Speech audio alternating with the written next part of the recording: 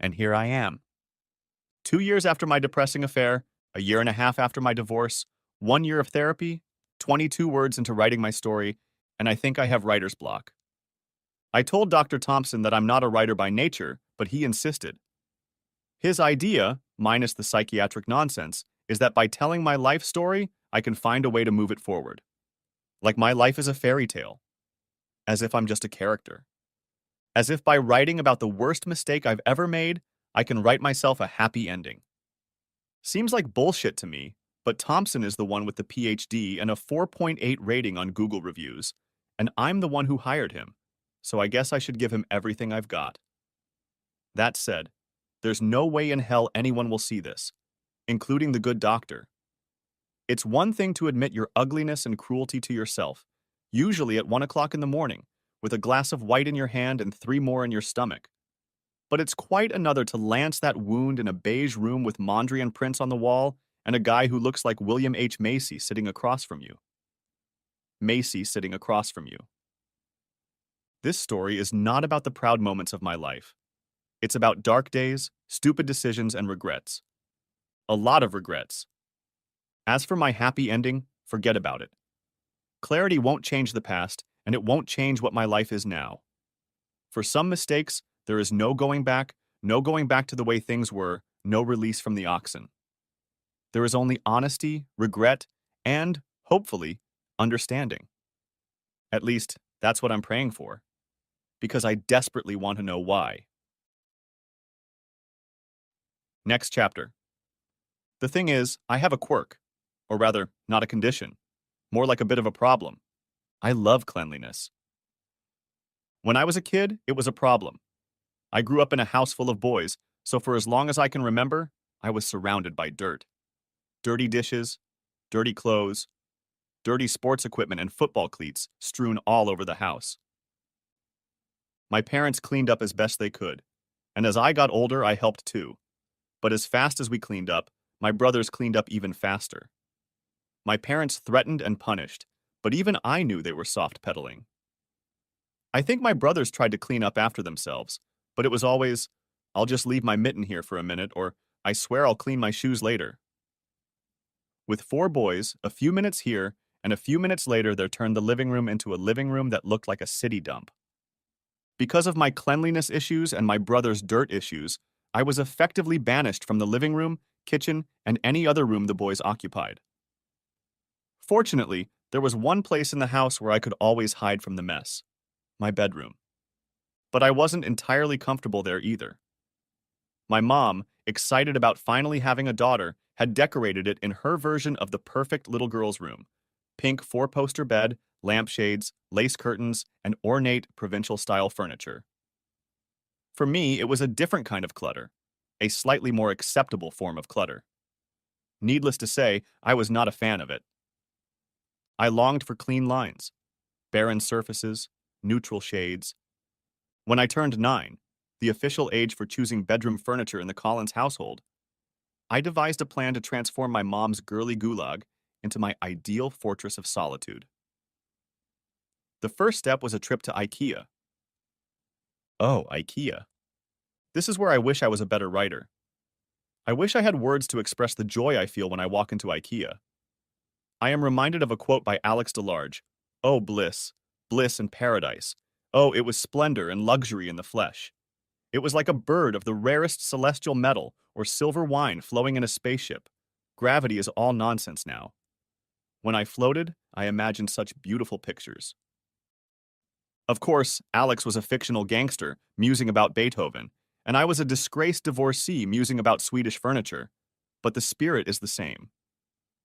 I'm sure I don't have a drop of Scandinavian blood in me, but my little teenage heart was beating with delight as I strolled through the store's perfect little bedrooms, each meticulously furnished with the perfect amount of minimalist furniture. Everywhere I looked, there were straight lines and uncluttered spaces. Honestly, IKEA still makes my heart race. I spent most of the month leading up to my birthday drooling over the IKEA website, so before we even got in the car, I had already picked everything out. An hour after we went into the store, my parents and I walked out of there with a Billy bookcase, a perfect little Einol desk, and a retentive bed with drawers for all my toys and art supplies. In the basket, we also found a set of pre-vert panel blinds and an interrogator LED table lamp. A few hours of banging, screwing, and swearing, and my bedroom was ready. Looking at her, my eyes filled with light and my vision blurred. It was perfect. My father and I had created an oasis, a place of spotless surfaces and bright lighting, pastel colors, and industrial low-pile carpet. Everything is clean, everything in its place. I finally have the sanctuary I've been dreaming of. Of course, like any other sanctuary, there were uninvited guests waiting outside the gates. In my case, the barbarian horde consisted of my brothers, Ethan, Logan, Brendan, and Liam. I took precautions. I made the requisite "no boys allowed" sign on my door. To prove I was serious, I ditched the traditional pink color and printed it in a blood-red font with white Arial bold letters in 36-point size. And just in case they still think I'm kidding, I also signed it "I'm serious" in 14-point script MT bold letters at the bottom. It seemed to work. The barbarians stayed out of my room most of the time. There wasn't much of interest there for a teenage boy, and I'm sure the intrusive odor and the persistent odor of antiseptic spray upset their delicate sensibilities. When Brendan said my bedroom looked like an operating room, I nearly cried with gratitude. It was one of the few times with my brothers that I felt seen. In retrospect, I don't think he meant it as a compliment. Ethan, my older brother, was the first invader to break through the gate. His attack was caused by a pretty bad oral fixation. He had it pretty bad. It later developed into a pretty serious smoking habit. But at 15, he limited himself to chewing on things he found around the house. Things like pencil tips, pink erasers, and my Barbies. And apparently, chewing on my Barbies while watching reruns of Friends was just the thing to help Ethan relax after a long day of school and football practice. I discovered this habit of Ethan's when I tried to put on a pair of particularly cute Louboutin slip-on shoes on my endless summer Barbie, but they fell off time after time. Upon closer inspection, I discovered that Endless Summer no longer has toes. Before we go any further, a quick note about Barbie. Colombian musician Kali Uchis once said, "I'm not a Barbie doll.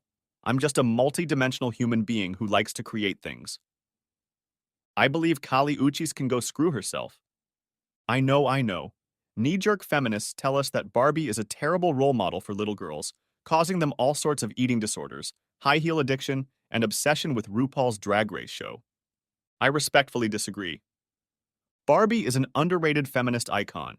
She's been a lawyer and a judge, a firefighter and a police officer, an astronaut and a president. She can do any job, overcome any challenge.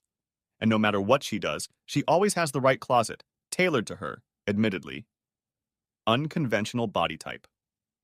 Every accessory is perfectly suited to her style, perfectly tailored to her figure, perfectly adapted to her needs. She is the toy of all toys, and despite her unhealthy obsession with the color pink, she is the perfect role model for any little girl and any aspiring drag queen. I still dream of Barbie's life, and I'm almost 30 years old now. When I discovered Barbie's legs were messed up, I ran to my mom, who yelled at Ethan, who pouted and resented me. Nothing happened for a few days, and then there was the stewardess dream Barbie with teeth marks on her toes. It all happened again, only now all four of my brothers were laughing at me for being a jabberwock. By the time Moondream Barbie's feet were in Ethan's mouth, I realized that whining to mom wasn't going to help, and I took it to the next level. I went to my dad's office. I walked into dad's office, the dejected gait I portrayed whenever I wanted my parents to know I was really upset.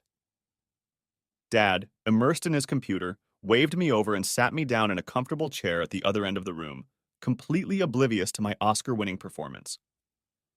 While Dad finished his work, I looked around. The office wasn't as clean and organized as my room. There were knickknacks on the bookshelves and a few stray stickers stuck to the desk. But underneath the cozy, lived-in atmosphere, I discerned a well-thought-out scheme. Everything my dad needed was at his fingertips. Printer next to paper, paper next to pens, pens next to him. I would have been a little harder on eliminating clutter, but I respected planning and organization. "Hey, Pumpkin," he said, finally looking up. Then he caught my facial expression, especially my lower lip, which bulged out enough to deserve its own zip code. "Hey, what's that?" I'd been holding back for a long time, so it all came out. "It's Ethan, Daddy. He keeps eating Barbie's toes." Dad's face turned red, and his mouth slammed shut. Seeing his expression, I felt vindicated. He, like me, was clearly stunned by the cruelty my dolls had been subjected to. Emboldened, I continued. "What should I do, Dad? Barbie's shoes keep falling off." Dad bit his lip and his eyes seemed to be watering. I felt a wave of kinship. Daddy understood. He hiccuped, said something inarticulately comforting, and hugged me. I could feel him trembling. I'd barely had time to tell him about Ethan's abuse of Barbie, and he was already crying. After holding me in his arms for about a minute longer, he pulled away and looked at me, his cheeks flushed and his eyes filled with unshed tears. He sighed and smiled softly at me. "What do you want to do about it, sweetheart?" "I want Ethan to stop, Daddy. And I want to fix my Barbie's toes." Daddy nodded. "Well, fixing your Barbies isn't that hard. Just bring them to me tonight, and I'll see what I can do." Then his expression turned serious. "Fixing Ethan, on the other hand, might be a little more difficult. I assume you've already talked to your mom about it." I nodded. "And what did she say?" I folded my arms across my chest. "She yelled at Ethan. Then he did it again, and I told Mom, and she yelled at him again, and he did it again." He leaned back in his chair. "Sounds like the truth to me. Your brothers are a bit stubborn." He sighed. "And I guess you figured she'd probably talk to him, he'd probably apologize, and then it would start all over again?" I nodded again. Dad looked thoughtful, then leaned over to me. "Pumpkin, have you ever heard the saying that insanity is doing the same thing over and over again and expecting different results?" I shook my head. "Albert Einstein said that. He was a very smart guy. I bet you can guess what that means, can't you?" "I guess it means that if something doesn't work, you shouldn't keep doing it?" He stroked my head. "That's exactly what it means, kiddo. So if Mommy tells Ethan to stop, it won't make him stop, right?" He smiled at me, and I felt warmly happy. I loved it when Daddy talked to me like an adult, asking me questions and really listening to my answers. It made me feel important and in control. "I'm sorry, Pumpkin, but there's not much I can do that your mom hasn't done. We can punish Ethan. In fact, I'm sure he'll pay for your next batch of Barbies, but he'll probably continue to chew on Barbie's fingers." My brother's taunts of crybaby finished me off, and I didn't want to whine, at least not in front of Daddy, but the injustice was stronger than I could hold in. "But it's not fair." Dad sighed. "No, it's not fair. Sometimes things aren't fair." He paused for a moment and looked at me as if he were measuring me, deciding if I was ready for the harsh truth. I sat up straighter and looked him in the eye. "Honey, look on the bright side," he said. "If yelling at Ethan doesn't work and punishment doesn't work, then you have to find something that will work. How did Ethan find your Barbies?" "I left them in the TV room." His mouth pressed into a straight line. "So, let's get this straight. Ethan was in the TV room, probably watching CSI or something." "Friends." He nodded. "Okay, Friends. So he's watching Friends and sees your Barbie on the floor. Being in a chewing mood, he decides to pick her up and try her toes. Seems about right?" I felt my face frown. "Yeah." Dad rubbed his chin. "And what if Barbie hadn't been on the floor? What do you think he would have done then?" I blinked. I I don't know. Maybe he would have found something else to chew on?" He smiled slightly. "I think so too." He pulled me up onto his lap and hugged me. "Look, I know it's awful that your brother is ruining your Barbies, and it's even more awful that you have to find a way to fix the problem yourself. But now is the time to learn something important. Sometimes you're the one who has to solve the problems that are bothering you. So what are you going to do? Take out my Barbies? He nodded. Maybe make a special place for them? He smiled at me like I was a genius. That sounds like a good idea. Maybe one of the drawers in your new bed could be a Barbie drawer? I nodded. The idea was pretty appealing. Truth be told, I was into Barbie because of the accessories. She had all of them.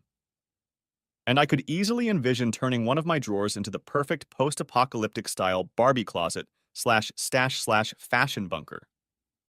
I was already envisioning rows of Tupperware containers, each filled with different clothing items, beauty products, or accessories. How would I organize them by color? By size? By number of items? My head was spinning with the possibilities that were opening up. I smiled at my dad. Thank you, Daddy. I'll go check it out right away. Anytime, Pumpkin. 2 days later, I had all the new Barbies Ethan had paid for. Each one had a full set of toes, and they lay in their hideout in neat rows, like perfect little soldiers dozing in their molded plastic sarcophagi. And, as I had envisioned, their accessories were stacked in stacks of matching plastic containers, from IKEA, that I mostly arranged by size, though I occasionally changed them by purpose. And sometimes by color, too. Everything was perfect. At least until a week later, when I discovered Barbie Malibu Dream without half of her legs on the TV room floor. I froze. What had happened? Had I left her unattended? Had I failed to protect my Barbie from the barbarian at the gate? I ran to my room. It looked pretty much the same, but I noticed that Barbie's crate was open and the sheet was pulled up. My face grew warm. There was no way I was going to let the sheet get caught like that. My hands clenched into fists. Ethan had tracked her down. I remembered my conversation with my father. Fighting wasn't going to help me. Neither would getting Ethan to pay for new dolls. My Barbie bunker was empty. Clearly, it was time to take matters into my own hands. Finding a new hiding place was easy. I constructed a box for my girls and hid it in a shoe rack in my closet. For a second, I wondered why Anne Frank's Barbie wasn't here, but then I dismissed it. Her clothes were too boring. My Barbies were safe in their new sanctuary, but Ethan still needed punishment. It wasn't even about Malibu Dream Barbies anymore. There was one place in the house where I was safe from the noise and mess of my brothers. One place where I could shut out the rest of the world. One place where I felt safe. And Ethan invaded it, stole from it, ruined my bed. And now he had to pay. Ethan was 6 years older than me, weighed twice as much as me, and was at least a foot taller, so beating him was out of the question. Getting revenge took strategy, not strength. Brains, not brawn. Determination, not teeth. And if it was truly effective, Ethan must never find out it was me. My mind was spinning with the thought of what his revenge on me might be. Maybe he'd go after my fingers. It took a few weeks, but I finally came up with a plan. Ethan had football practice every afternoon and most Saturdays. He would come home tired, throw his sweaty jersey, stinky cleats, and dirty pads in the living room, and then stagger to the kids' bathroom where he would shower and dry himself off with his towel, a black sheet that hung outside the bathroom door. 2 weeks after Malibu Dream Barbie lost her toes, I headed to the bathroom at 5 o'clock, about a half hour before Ethan usually got home from practice. But this time, instead of toilet paper, I used Ethan's towel. And I wiped myself thoroughly. By the time Ethan finished screaming, half the family was in the bathroom and the other half in the hallway. He was crying and still wiping the brown streaks on his face with the towel, which only made them worse. Dad led Logan and Brendan out into the hallway while Mom whispered to him and tried to take the towel away. Dad closed the door. My parents never figured out which one of us did it. We were all suspects. As the oldest child, Ethan ruled with an iron fist, and I wasn't the only one struggling under his not-so-friendly dictatorship. We all had motive and opportunity. Unable to find a better solution, Mom and Dad resorted to the standard, "You're in trouble now" punishment of the highest order. They sent us all to bed early and told us there would be no dessert this week. In retrospect, I'm not surprised my brothers didn't think twice about trashing the house. My parents were really bad at discipline. That night, lying in bed, I felt I had my revenge, and I had gotten away with it. I remembered Ethan's sobs and smiled. Who was a crybaby now? Over the next week, both of my parents apologized to me for the punishment. They knew, of course, that there was no way their little princess could have pulled such a cruel prank on my brother, but they needed to be fair, and they punished me along with my siblings. I assured them I understood and stoically accepted my punishment, trying hard not to smirk at my brother's complaints about the missing desserts. For one thing, my revenge was futile. Streaks of shit on Ethan's face weren't going to get Barbie back on his feet or make him stop chewing on my dolls. He'll still do things that piss me off, and if I'm not vigilant, he might even destroy another one of my dolls. He will always be stronger. He'll always have cooler toys. But on this one night, everything was fair. The scales were even. I was in charge. Over time, that feeling passed, but I still felt a slight thrill every time I saw Ethan's new white towel. But over the next few years, my brothers would periodically break into my room, and I would always retaliate. Sometimes textbooks would go missing the night before a vital exam, or toothbrushes would taste oddly like toilet bowl cleaner. Balancing the scales of justice was exciting, but also scary. I loved the creative, evil ideas that crept into my brain, but the more I indulged them, the more they pushed me around. I realized that if I didn't watch out for them, these little pranks could be the first steps on the road to becoming a monster. I wondered if that's how Jeffrey Dahmer felt when he first skinned a cat. Next chapter. In college, it was easier to ignore my brilliant ideas of revenge. To begin with, I was busy. The economics program was rigorous, and I was one of the only girls, so I felt obligated to kick ass in my classes. Besides, the environment was much simpler. While the girls in my dorm weren't going to win any cleanliness awards, there's a difference between 4 dirty brothers and 28 girls who were still honing their cleaning routines. But after Christmas break my freshman year, I became a kinder, gentler person. My roommate Holly Elkins, frustrated by her boyfriend's absence, dropped out and was replaced by Danielle. Call me Danny. Steinberg. Danny was the classic simpering hippie girl, both in personality and overall body shape. But inside, I discovered, lurked a mean girl. Danny was messy in just about every way in which one can be messy.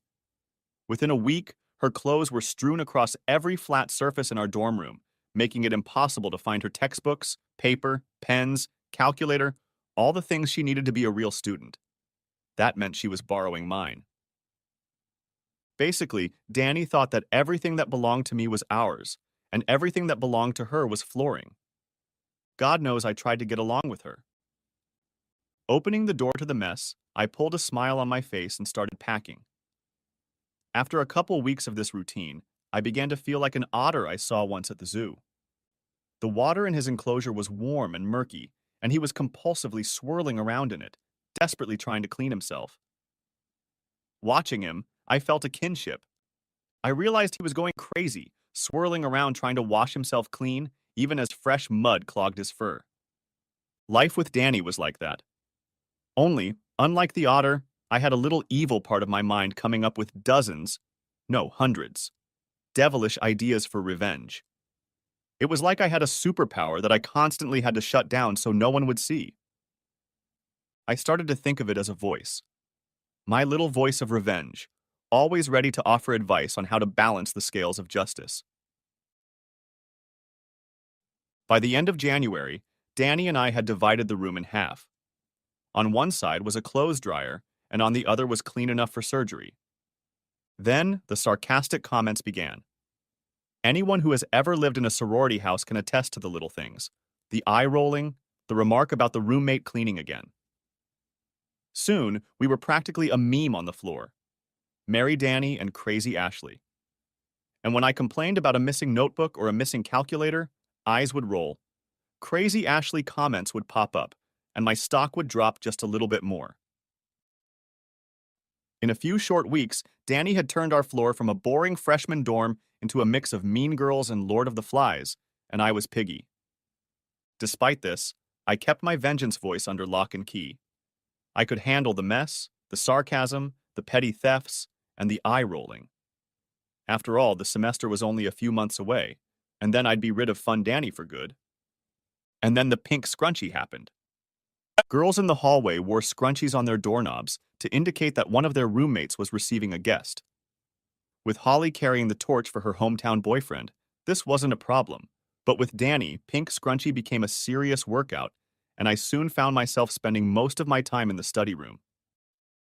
I tried to find a middle ground in my relationship with the arrogant Jezebel, who had opened a brothel in my house. I suggested setting up a regular schedule for her to maintain the parade of makeup-clad scholars, poets, baristas, and couriers she let in and out every now and then. Or perhaps I suggested she could try outdoor activities. When my attempts at detente failed to thaw the Cold War in the room, I tried to beat her at her own game. I bought myself a pink scrunchie and hung it on the door so I could carve out a few hours to study at my desk. Even so, under Danny's relentless onslaught, I spent most of my time in exile in the study hall. Perhaps we would have stayed that way, exchanging scratches, vying for control of the room, had it not been for my first big test on world economics. Unfortunately, it was scheduled for the day after one of Danny's marathon days, which meant I wasn't allowed to get to my textbooks and notes. After waiting in the break room for 3 hours, I got fed up and committed a cardinal sin. I ignored the pink scrunch. I expected to see Danny, but her bed was empty. I wondered for a second if she had already left and just forgot to bring her scrapbooking with her. Then I caught some movement on my side of the room, and it took my brain a moment to realize what I was seeing. Danny turned her head. "Get out!" she shouted. "Screw you!" I yelled back. "Not on my damn desk!" I grabbed a can of Lysol from the nightstand and started spraying. My desk, my book, Danny! I screamed. He screamed. She, stumbling to the floor, followed him, and I splayed her as she walked out the door. It was done. At that moment, the little ballsy part of my brain that came up with cool ideas for pranks stopped whispering and started screaming. I ignored the first wave of ideas. Bengay and her lotion. Well, lots of Bengay. And superglue. I waited. I tried to calm down. And once I calmed down, I started planning. My revenge was going to be sneaky.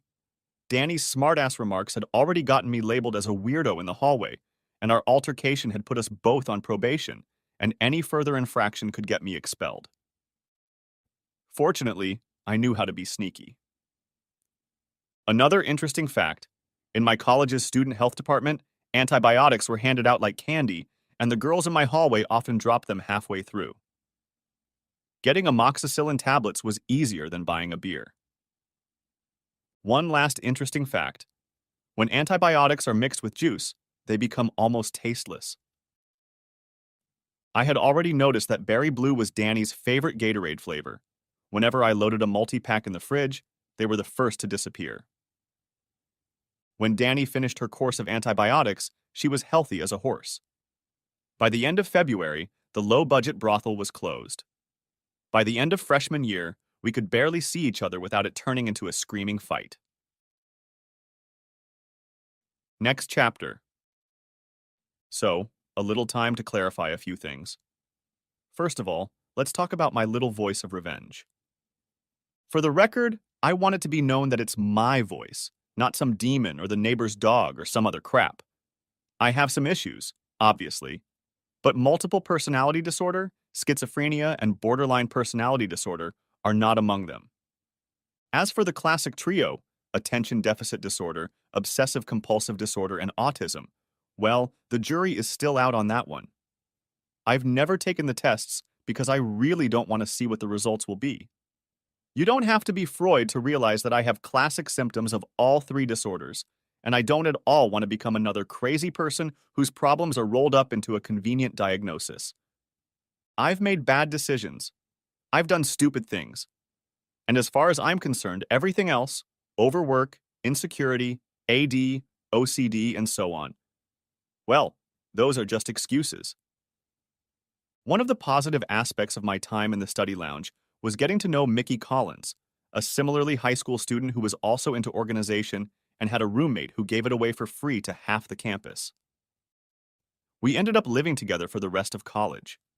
And while we fought a few times about classifying our spices, alphabetically, not by kitchen, she was kind enough not to comment on the fact that I categorized my underwear by color, age, and material. I think that's why we're still friends to this day. Anyway, we settled in together at the beginning of sophomore year. By Christmas, I even started dating. I soon discovered the joy and the misery of relationships. Most college guys I discovered were a lot like my brothers, at least as far as running a household was concerned. Being enlightened millennial males, they didn't expect me to clean up after them. However, they also didn't feel that their enlightened feminism somehow obligated them to clean up after themselves, so spending time with most of them meant wallowing in filth. After college, I went into finance, which fulfilled my need for order. Numbers always add up. 1 plus 1 always equals 2, no matter how many zeros come after the ones. And while there is a little room for maneuvering when it comes to things like insider trading or creative accounting, we're all generally well aware of where the moral and legal boundaries lie. Money also has no conscience, and that appeals to my sense of balance as well. After all, if you're an idiot, or if your advisor is an idiot and you don't have the sense to fire him, you probably deserve to lose your money. Watching my clients prosper while other investors failed fed the part of me that believed in rewarding virtue and punishing vice. I may have been the only person in the world who cheered for Bernie Madoff. If you were stupid and rich enough to invest with this guy, you clearly need to get a real job. If you're in finance and ambitious, you want to end up on Wall Street. However, given my obsession with hygiene and a strong, albeit idiosyncratic, sense of right and wrong, there was no way I was going to get a job at Salomon Brothers or one of the other fraternal Wall Street firms. Instead, I ended up at Pierce, Bateman, Green, Potter, and McDuke, a prim, prissy investment firm that had the best employee retention rate on Wall Street. Part of that was due to the office environment. Instead of relying on fear, harassment, forcing their brokers to work 100-plus hours a week, at Pierce, Bateman utilized cool planning, ample staffing, and unbridled greed. We still worked long hours, 60-hour weeks were common, but nothing like the burnout at other firms. And while our starting salaries were much lower, things leveled off as we moved up the ladder. But even more than that, Pierce and Bateman was looking for employees who were willing to look to the future. People who were ready to look forward to a long and successful career, rather than a short and brutal fight for this year's pot of gold.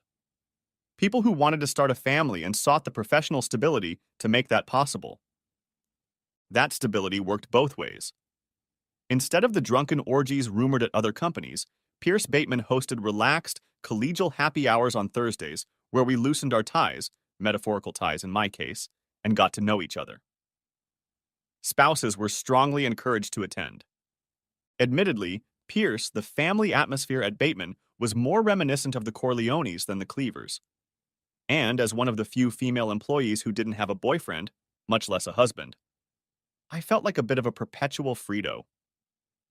Still, I was part of the family and had good company. The Pierce, Bateman's low-key approach allowed them to hire the best. Well, except for Winslow Hubble. In a way, Winslow had everything Pierce and Bateman were looking for. He was well-dressed and affable, with the manners and banter of a schoolboy. He also had the requisite list of wealthy friends and relatives, many of whom undoubtedly wanted to join the ranks of our clients. On the other hand, he was stunningly incompetent. I'm sure one of his college professors must have made him look at the profit and loss statement, but as far as Winslow was concerned, he might as well have been speaking Urdu. And when it came to the jargon of our business, I once overheard a partner ask Winslow about the company's EBITDA. EBITDA is earnings before interest, taxes, depreciation, and amortization, and it's one of the first metrics you check when you're researching a company. Anyway, Winslow paused, chuckled condescendingly, and said he wasn't sure. He'd never drunk domestic beer. The poor partner just stood there blinking. There was talk around the campfire that Winslow got his job thanks to his mom and dad. While I wasn't sure how true that was, I knew for a fact that the senior Hubbles had invested over $100 million in the firm. Moreover, I was one of the fund analysts tasked with making sure their money continued to grow at a healthy rate. On the surface, hiring Winslow was a monumental failure, but after working at Pierce, Bateman for a while, I realized that it was actually a masterful move. For the rest of the worker bees, Winslow was like a trophy, a visual reminder of what we were all fighting for. Sure, we didn't want to be his likeness. My goodness, he looked like 200 pounds of horseradish and mashed potatoes roughly molded into the likeness of a human being. But he was proof of what we could accomplish. If we work hard enough, make enough money, build enough strong clients, kiss enough ass, well, maybe our kids will be incompetent, bumbling morons and still be able to make six figures. Hell, that's the American dream, right? Despite the company's ban on working too long hours, I still managed to spend about 80 hours a week at my desk. I had nothing to do.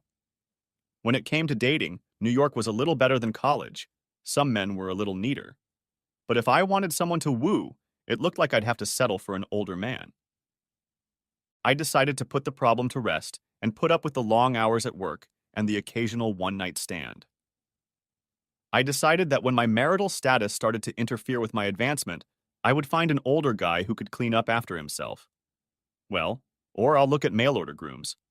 Maybe Ireland is exporting? As for finding random one-night stands, Mickey Collins was a lifesaver. She lived in the city too, and dragged me to all the tacky, sweaty music venues around New York City. In fact, that's how I met my husband Charlie. We were at a We Were Promised Jetpacks concert, and I was carrying 2 solo cups filled with overpriced Budweiser when the crowd shoved it my way. I zigged when I should have zagged, and ended up with one of the beers on it. Luckily, it was my beer that ended up on Charlie's shirt. If things had turned out differently, we might never have talked, much less gotten married. I know this about myself, and I'm not proud of it. He was amazingly nice about it, much nicer than I would have been. And when he told me that I'd wet his third favorite shirt, so I definitely owed him a dance, I knew this was someone I should take seriously. I discovered that most people don't sort their t-shirts very carefully, and I began to appreciate those who do. Of course, dancing was also a plus. When I saw Charlie's apartment 2 weeks later, I knew I had fallen in love. Everything was from IKEA, from the screamy LED lights to the scub drawer organizers. I also admired the way he rolled up his socks and arranged them by color. Not that I'll admit to looking in his drawers. Lots of things. And while he was willing to put up with the standard series of boring conversations and corporate bragging, he seemed to truly blossom after he met Marty Hubble, Winslow's wife. Watching their conversation at the corner table, I sometimes felt a prick of jealousy, but mostly I was grateful for a husband who was willing to work so hard to help my career. He even allowed me to invite almost his entire office to our wedding, which took place about a year after we met.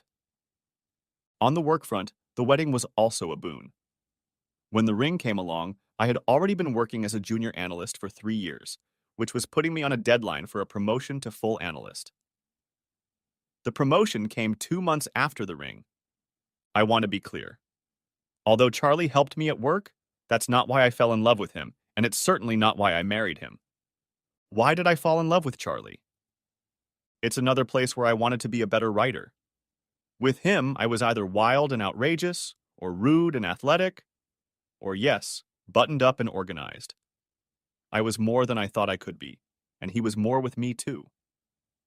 There was something between us that had no name. As vulgar as it sounds, I felt complete. I had a man who saw all of me and still loved me. A man who soothed my wounds and supported my weakness. There are no words for it, and those terms you hear. My other half. The wind beneath my wings, the yin to my yang, don't even reflect how deep it felt to be part of the Charlie and Ashley couple. It was safe. It was exciting. It was like it turned up the volume on the world, making everything more real. Which is why, 2 years after Winslow, Charlie remains the only man. The only man I've ever loved, and the only man I can imagine. And yes, given how this story began, The irony is not lost on me. Next chapter. Of course, we still had pitfalls and obstacles. Just because I fell in love, learned a lot, and married the man of my dreams doesn't mean I became a different person, or that my destructive tendencies magically disappeared. Quite the opposite.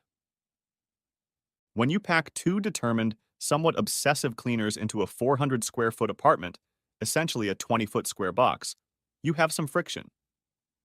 Add to that two high-pressure jobs that left Charlie and I exhausted by the end of the day, and then add the lack of time to clean up during the week. This is not a recipe for domestic bliss. I kept a close eye on my need to control, but completely overlooked a more important, and ultimately more damaging, trend. Over time, as I channeled all my energies into climbing the hill to senior analyst, I began to see Charlie as my life support system. When I came home from work, he was the person who kept me energized. When I needed help with a project, a different perspective on a problem, someone to run a last-minute errand, or just give me a hug and make me forget about everything in the world, he was there. He was there everywhere. Taking care of me wasn't Charlie's responsibility, but he took it upon himself and I let him. I started to forget that loving me was something Charlie chose to do, not something he was paid to do. And when I forgot that, I started to love myself a lot less. And that's how the pants episode happened. Next chapter. First, let's get this straight. The pants episode wasn't entirely my fault. When you have two clean-cut weirdos living in a tiny apartment, it goes without saying that you end up with a pretty strict housekeeping routine. Every Saturday morning, we combed the apartment from top to bottom, and every 2 months we did a real purge. We'd take a few bags to the dumpster, a few bags to Goodwill, and then shake our brains out in the middle of the newly vacated, freshly vacuumed living room floor. It was one of my favorite traditions. The morning in question was cleaning day. It started with us turning in a huge load of laundry to the laundromat, which meant both of our laundry bags were involved.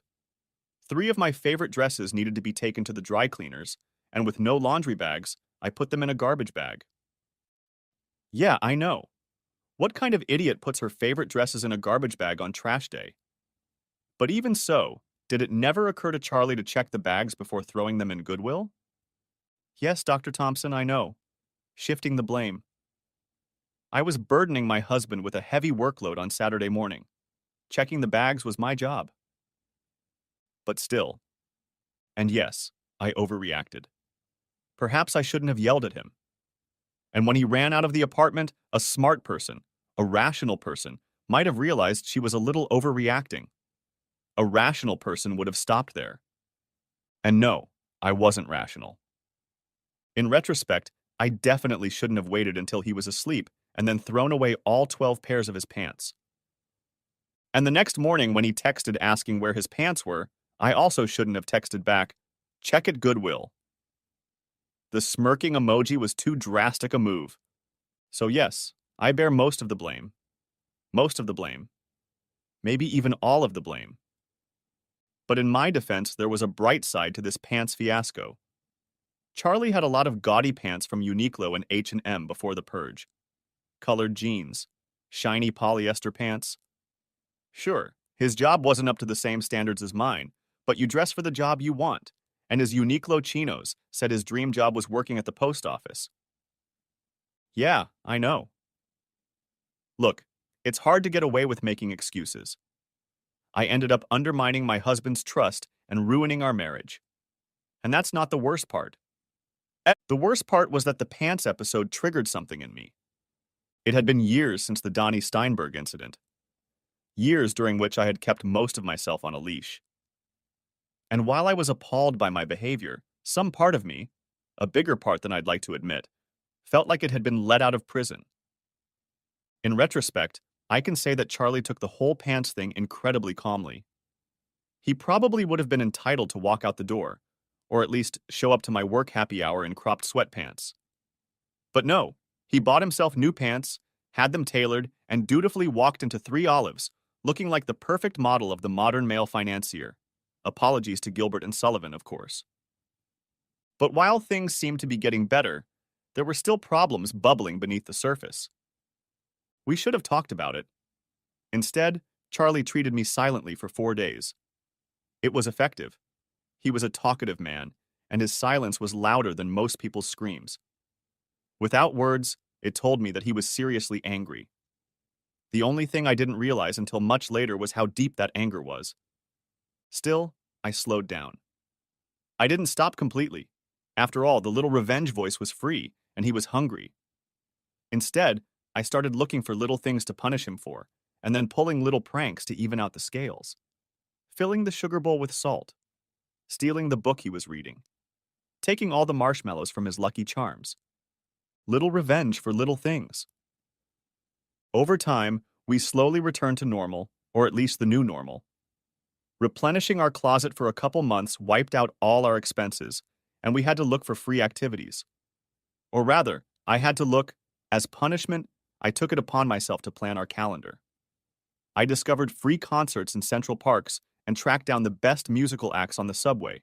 $2.75 subway fare for live music. I sought out weird little museums all over the city and tracked down their free admission days like I was a Catholic mom with 10 kids and 5 bedrooms. We picnicked in cemeteries and lounged afternoons on city beaches.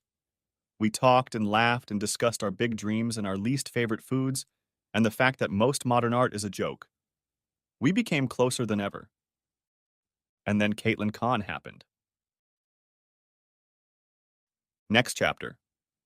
I won't even pretend that my reaction to Caitlin was rational. When I met her at a 5K race sponsored by Charlie's company, she launched voices I didn't even know existed. There was my familiar voice of revenge, plus the voice of jealousy, the voice of insecurity. A totally freaking irrational voice. The thing is, Caitlin was really nice. She was a little shy and seemed to feel a little awkward in her thin sweatshirt and tights. I think she pointed out at least 3 times that these were not the usual thick sweaters and corduroy pants she wears to the office. And I was very nice too. Handling the money of annoying old preppies, I knew how to put a nice smile on my face when talking to people I could happily gut. Caitlin and I chatted about all sorts of silly things, where she bought her shoes and where she went to school, how long she'd been running, and what the best diner in her neighborhood was. Standard, superficial conversation between a devoted wife and her husband's friendly coworker. But beneath the surface, I was seething. Watching Caitlin, I felt jealousy and vulnerability.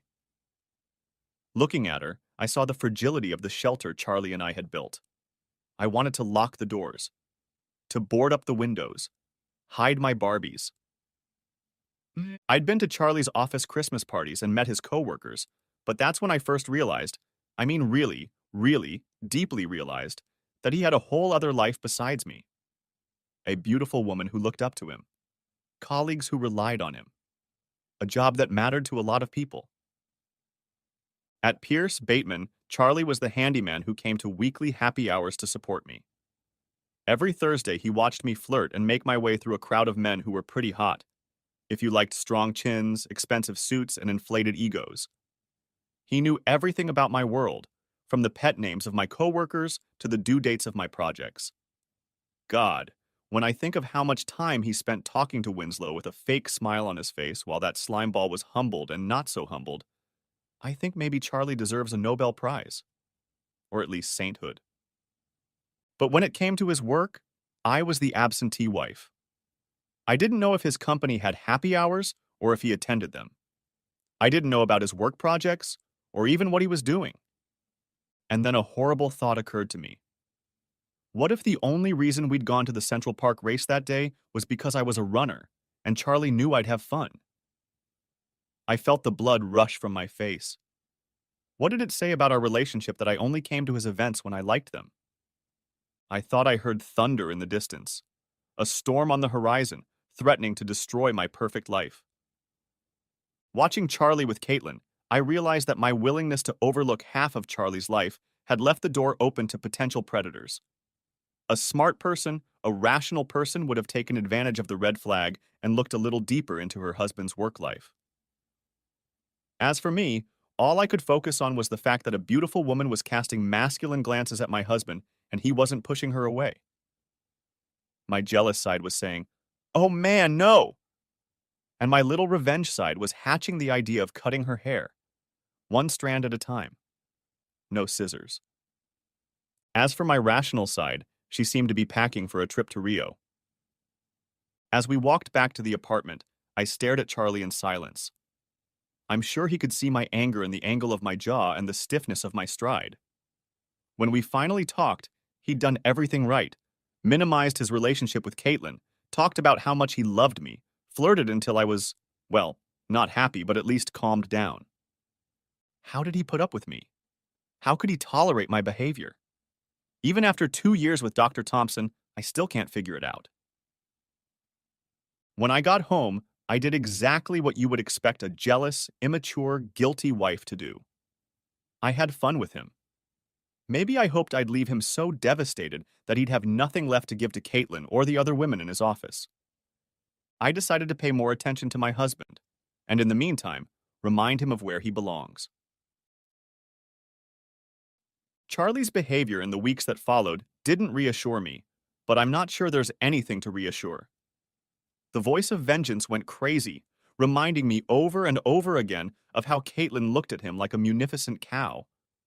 Not to mention the way she and Marty Hubble huddled together at happy hour, or the admiring look he got from the barista at our neighborhood Starbucks. Having seen one threat, I now saw them everywhere. And yet, I hung in there. Until Hell Week. Next chapter. Once a year, Charlie's office would go into overdrive as they rushed to publish the company's annual report. His team would suddenly go from an 8-hour workday to a 12-hour day or even longer. I knew it was coming, but I wasn't prepared for the visual reminder that Charlie's world extended beyond our apartment. Our marriage. On the first day of Hell Week, Charlie came home about 4 hours late and looked terrible.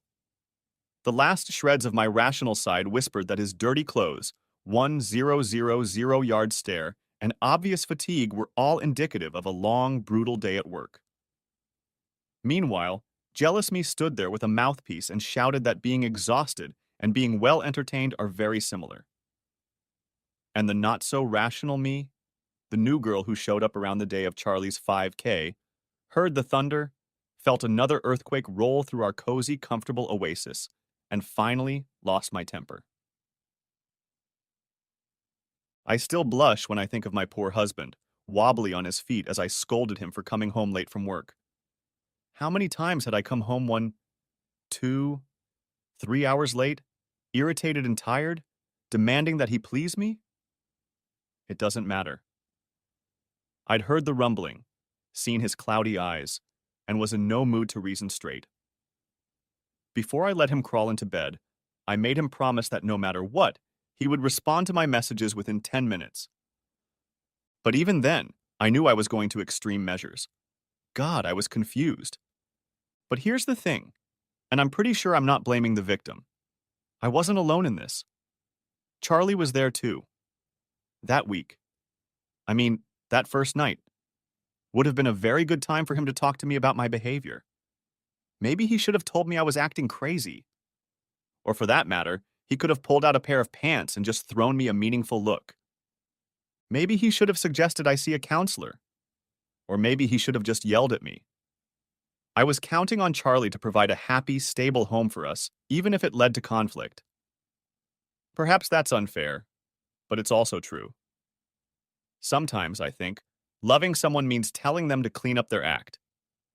But instead of calling me to order, Charlie did his best to placate me, which in turn fueled the beast. Looking back, I realized that he was so malleable because he cared about our relationship. But at the time, I wondered if he was giving in so quickly because he was tormented by his conscience. I had no way of finding out what was going on in Charlie's office. Hiring a private investigator would have been too expensive, and other options like hacking into his cell phone, bugging his backpack, or installing a keylogger on his laptop weren't very useful either. After all, any communication with Caitlin was going to have to be face-to-face, away from the nearest convenient recording device. The only real solution was to become Charlie's probation officer, which I did. I texted him constantly, trying to catch him in the act. When he kept texting me back, I should have calmed down. After all, he clearly wasn't cheating on me, right?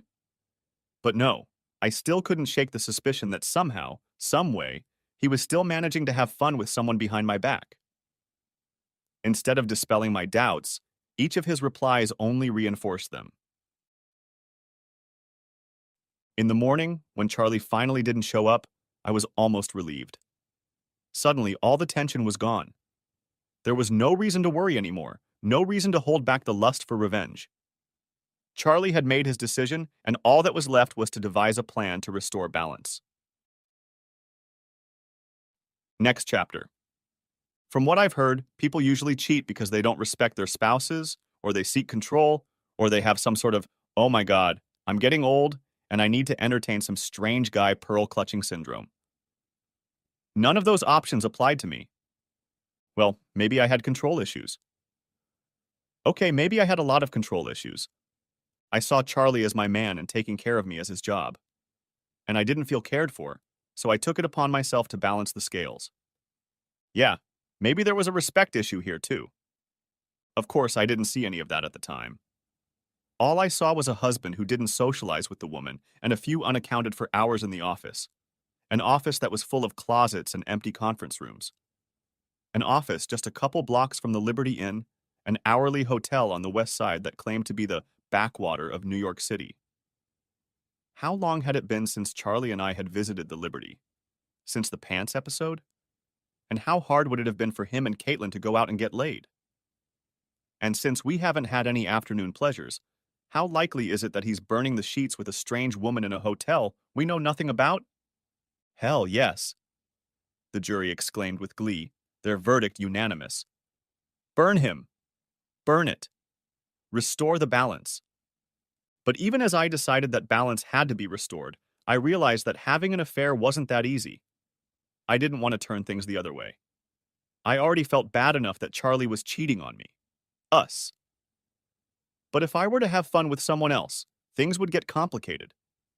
Then I would be the cheater, and Charlie would be justifiably vengeful towards me. And that would start the cycle.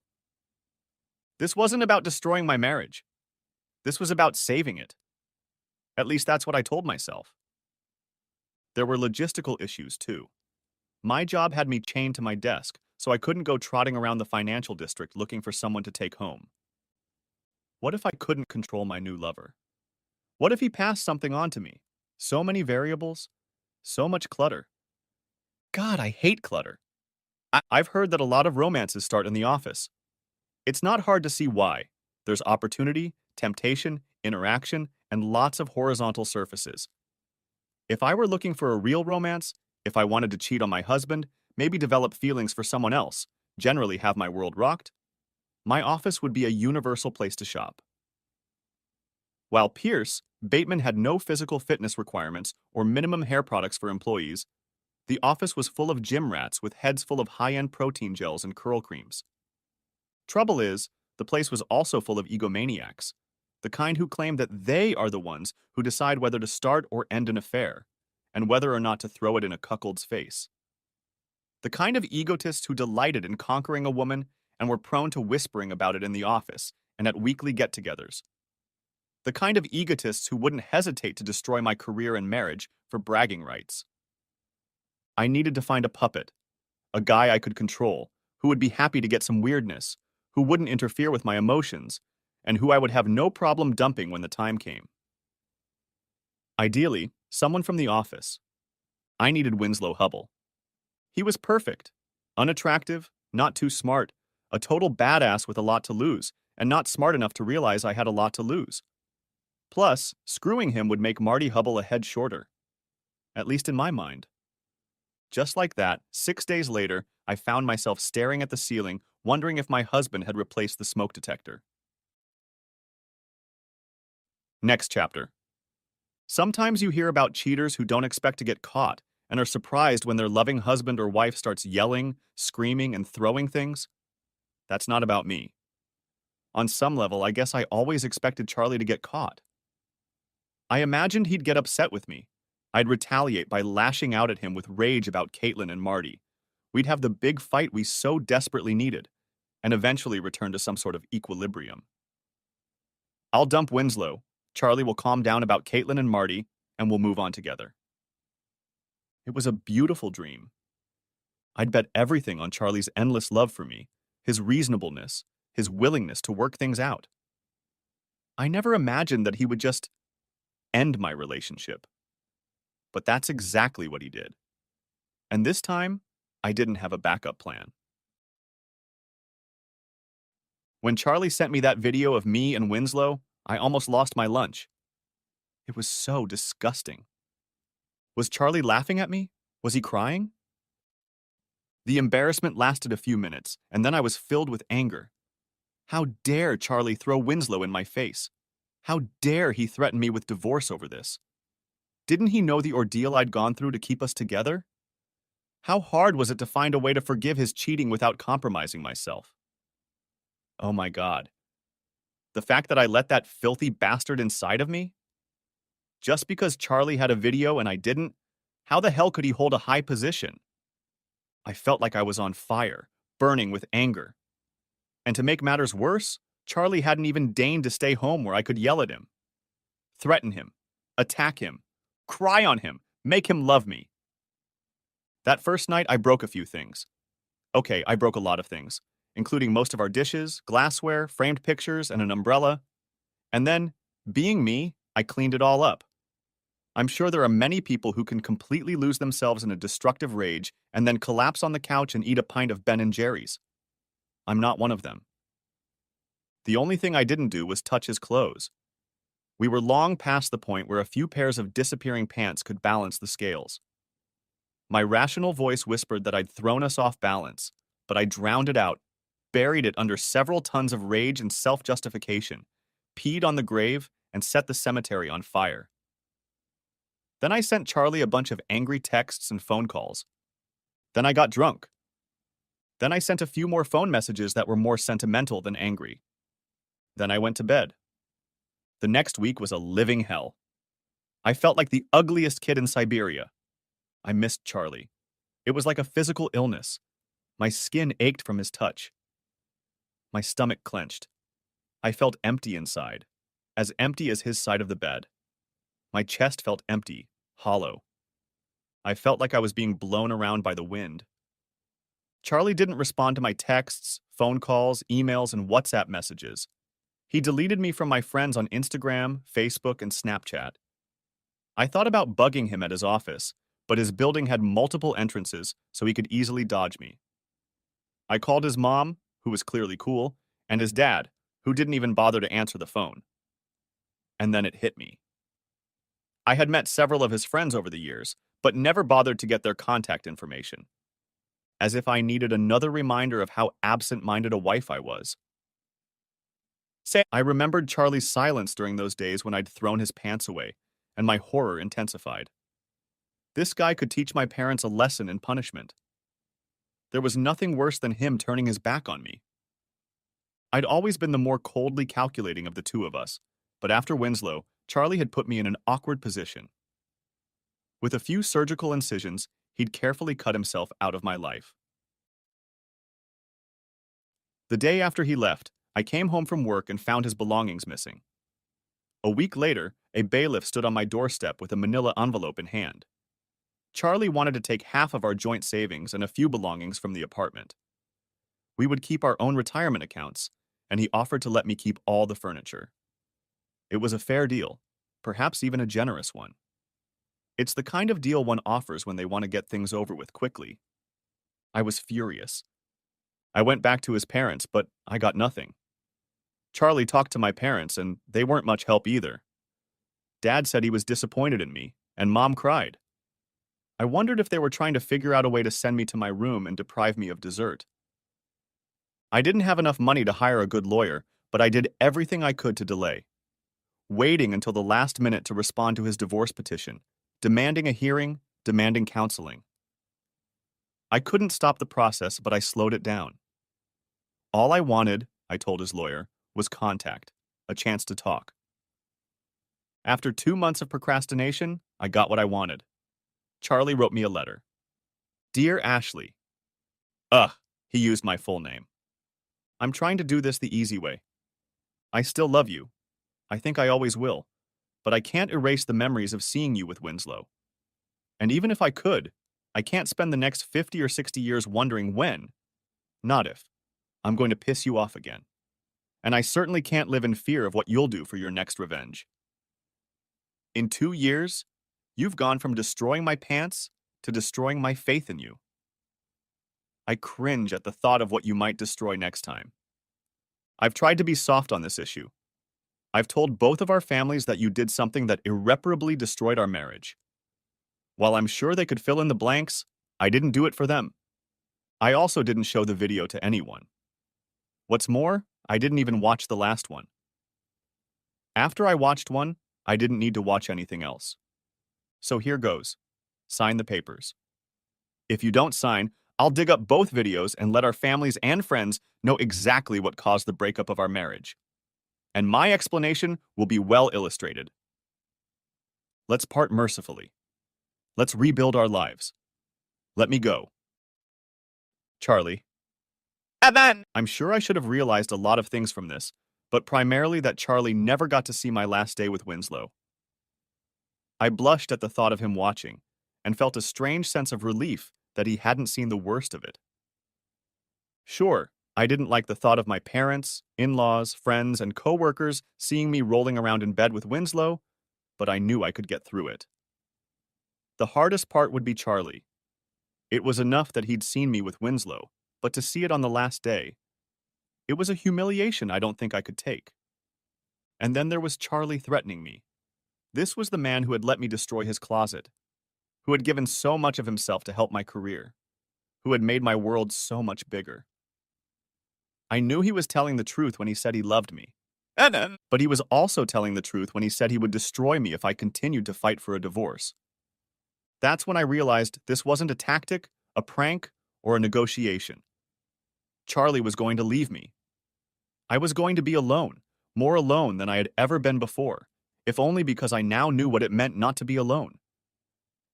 I felt something crumble inside me, like I was exploding or shrinking into myself, as if the emptiness had finally eaten me whole. I wrote him back. Dear Charlie, you win.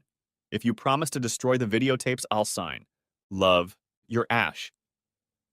His answer was short. Ashley, I promise. Charlie. I signed the papers. A few months later, we divorced.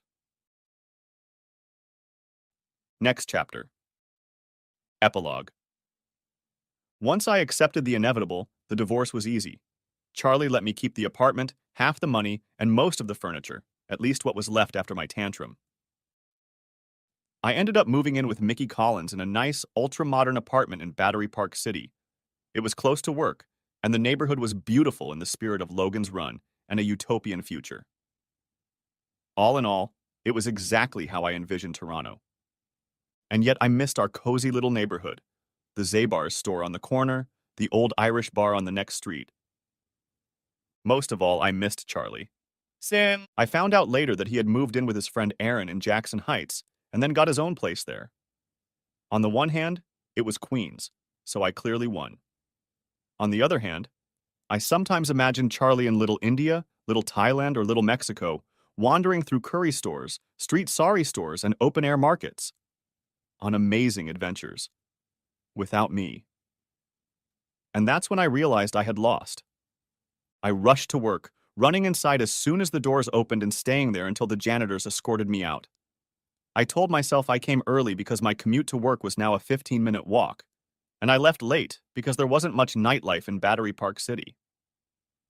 Lying to myself was easier than admitting that I had made work my life because I had ruined my real life. Winslow had been trying to date me for months, but it was easy for me to talk him out of it. I said I didn't want to mess up the divorce case, that I wasn't ready, that work had gotten me down, that I was depressed. All the standard excuses. And he, being Winslow, would nod his head, say, yes, that's reasonable. And look at me with puppy dog eyes, letting me know what he wanted. After 6 of our afternoon meals together, the puppy dog eyes had no effect on me. Marty Hubble still came to happy hours at 3 Olives. She seemed normal, but there was a sense of sadness about her. Perhaps it was partly because, with no Charlie to keep her company, she was forced to hang out with the rest of the wannabe trophy wives from Aqua Mist.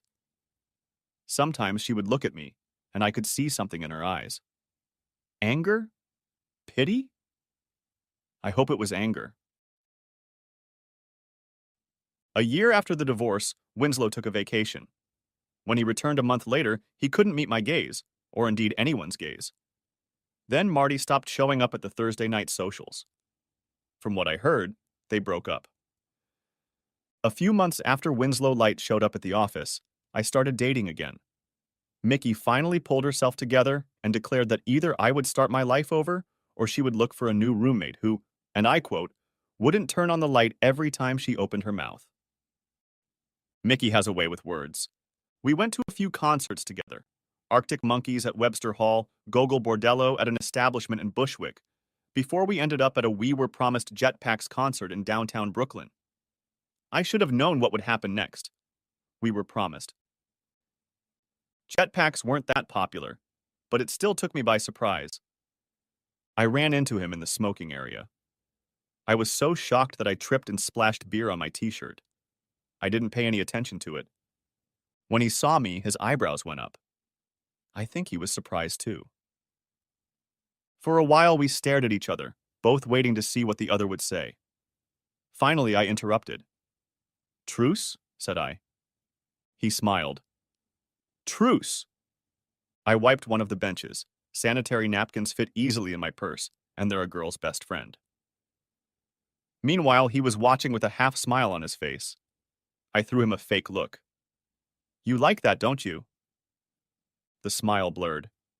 "Even too much. Are you going to take the sidewalk too?" "The ass!" He chuckled. "Well, are you going to sit down or what?" I said. "Still deciding. Is it safe?" I smiled back at him. No germs. We exchanged a few phrases. "Where you are. What you're doing. Did you hear?" He smirked oddly when I mentioned Winslow deflating and Marty leaving. I made a mental note to ask him about it later. Every once in a while, some hipster would come over, and we'd sit down on a bench so that our feet were almost touching. The centimeters separating us were killing me. I felt like I could feel the warmth of his knee on my skin. After a while, we ran out of things to catch up on. 2 years apart had been too full and too empty. For my part, I absorbed that time with long hours at work and grueling hours in therapy.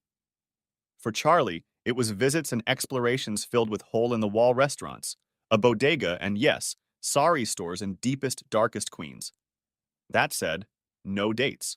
Or at least, no important dates. Finally, he threw me a look that meant it was time to rip off the Band-Aid. "Why did you do it, Ash?" he asked softly. My heart beat faster when I heard him say my name. Hundreds, maybe thousands of people had called me Ash in my life, but no one could make me feel the way I felt when that tiny word came out of his mouth. I blushed. "You can probably guess," I said, looking down at my hands. I was angry and scared. You were everything to me, and I needed you. And you gave it to me. Then one day I realized you were giving me so much, and I wasn't giving you even close. His face darkened.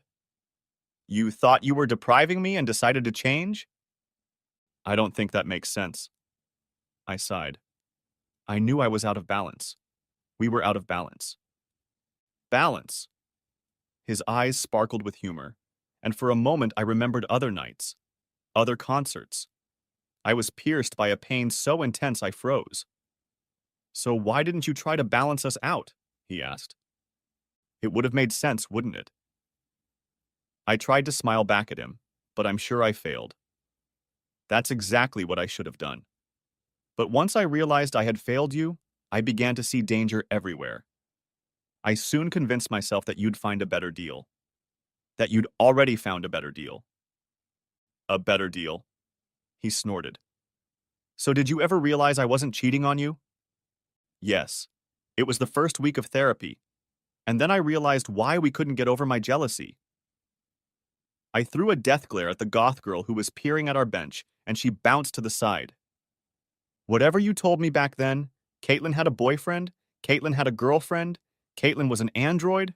Whatever it was, I wasn't going to believe you. I was so sure I was right, so sure there could be no other answer. I would have ignored anything you said. He looked impressed. And you accomplished that in 1 week of therapy? I grinned unfunny. It took me 3 months to figure that part out. I'm still trying to figure out how things got this far in the first place. Why I sabotaged myself, us, so completely. And what did you come up with? I grinned. Well, it's been 2 years since the divorce, thousands of dollars in therapy, and here's what I came up with. I was definitely in my own little world, was incredibly selfish, and set my marriage on fire. I snorted. What the hell? That's a start. He didn't smile back. But why Winslow? Oh, that's easy. I leaned my back against the wall. Winslow was a joker. He was easy to convince, easy to control, and there was no way he'd give me away. Most of all, I chose him because he was so awful. I knew there was no way I could ever fall in love with him. I gave Charlie another wobbly smile. And I would have gotten away with it if it wasn't for you damn kids. He answered me with a wobbly smile. You know there's no way I could have stayed with you. Not after that. Yeah, your letter made that clear. I caught a whiff of cigarette smoke among the clouds of mango vape. Someone was actually smoking in the smoking area. I wondered if any of the random hipsters were going to call the bouncer. What I don't get is that you never got back at me and Winslow. I can't live with that. I'd have to balance the scales. Balance the scales? Who says I didn't? He looked thoughtful. About a year after our divorce, I met up with Winnie. I had a little time on my hands, and I learned about everything, all his little demons. I laid them out on the table. He grinned. The thing about Winnie is that his whole self-image was built like a house of cards, on favors from his parents, on scandals they kept quiet, on events they arranged. It took me about an hour for it all to come crashing down. That's it? I felt disappointed. Winslow had helped destroy our marriage and he just got a stern talking to? Charlie shrugged. I also gave him a video of you and him together. Let him see himself in action. Let him hear him talk about me. I think I've half convinced him that he's gay. I chuckled. It sounded almost real this time. That explains a lot about what happened to him. He's confused. It's like he's turned into a ghost that haunts the office. The smoking area emptied out. Apparently, the band was going to continue their performance. He deserved it. Charlie's face was stone cold. I also gave Winslow another video. I felt a pain in my gut. Not on the last day. He looked at me. I promised I'd destroy it without looking. I keep my promises. I blushed, and the pain in my stomach rose higher. It wasn't hard to guess what he meant, after all. There was one among us who didn't keep her promises. Through the walls of the smoking area, I heard the sounds of drums. The band was starting up. So, what was that second video? It was me and someone else. And before you ask, I'm not going to tell you who it was. Suffice it to say that I'm pretty sure it ruined Winslow. It wasn't hard to guess who Charlie's partner was. Damn, Marty. I felt anger flare up, but I suppressed it. What right did I have to be angry? I left my marriage and he moved on. To goddamn Marty, literally. I took a shaky breath, clenched my hands.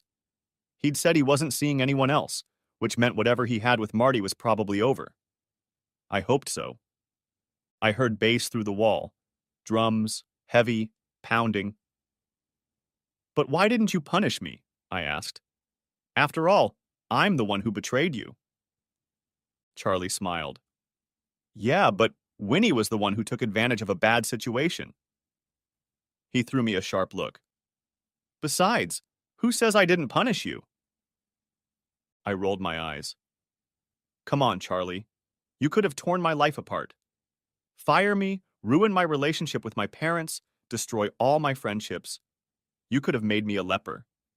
But instead, you gave my parents your version of events, handed me a fair divorce settlement, and, as far as I can tell, never said another word about it. He didn't answer for a long time. I listened to the drums and bass as the song came to an end. How do you punish someone you love, Ash? How do you decide what's fair? Balanced? He crossed his legs and stared at the wall for a second. It was the pensive face he made when he was trying to find the perfect words. I missed that look. I saw the video. The one from the 5th day. I saw how bad you felt. But you made it through it anyway. I looked at my hands. They were a blur. I thought I had to. My voice cracked. To balance. He smiled again. But this time the smile was dark. It didn't reach his eyes. You know, I did get a little revenge after all. I froze. You haven't watched The Last Day, have you? Damn it, Ashley, I made a promise. I blushed. I'd never heard him so angry. Then what? What did you do?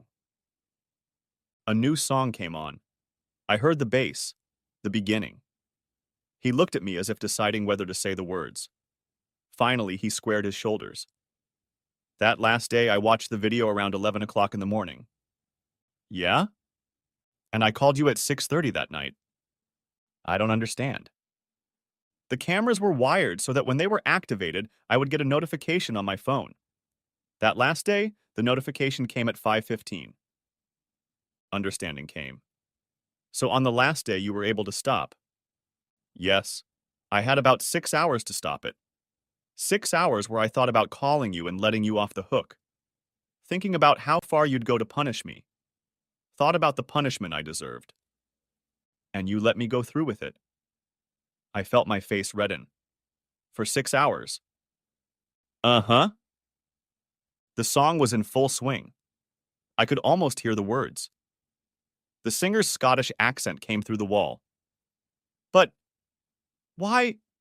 How? You were acting crazy, Ashley. I couldn't punish you for being crazy. His eyes went hard again. They were so dark, so cold. But that doesn't mean I couldn't let you punish yourself. I shuddered. Winslow's dirty finger, dropping it on the floor, scratching my skin over and over.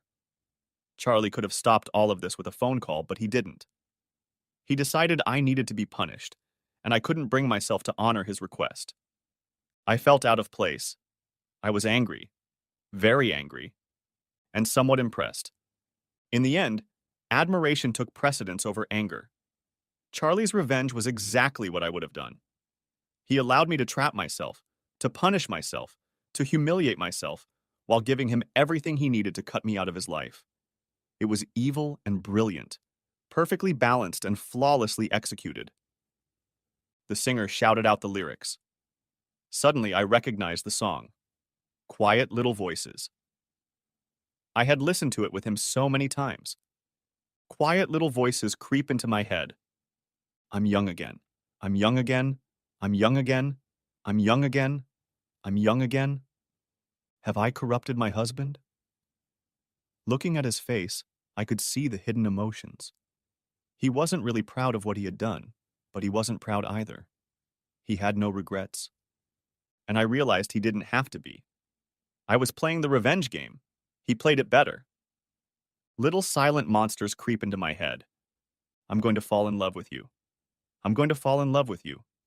I'm going to fall in love with you. I'm going to fall in love with you. I wondered where we were going next. Would I see him for the last time? Would we become friends? Friends with benefits? Get married again and get a white picket fence in the suburbs? Become international assassins and overthrow governments? I knew one thing. Whatever I did next, I wanted to do it with Charlie. I wanted to do everything with him. And if I had anything to say about it, he would realize he wanted to do it all with me. But first I realized we had a concert to catch. Luckily, Charlie had other ideas. Grab your coat, he growled at me. We're leaving. I smiled. Maybe my story would have a happy ending after all. The end. Thanks for watching. I hope you enjoyed it. So subscribe to my channel and watch the next video.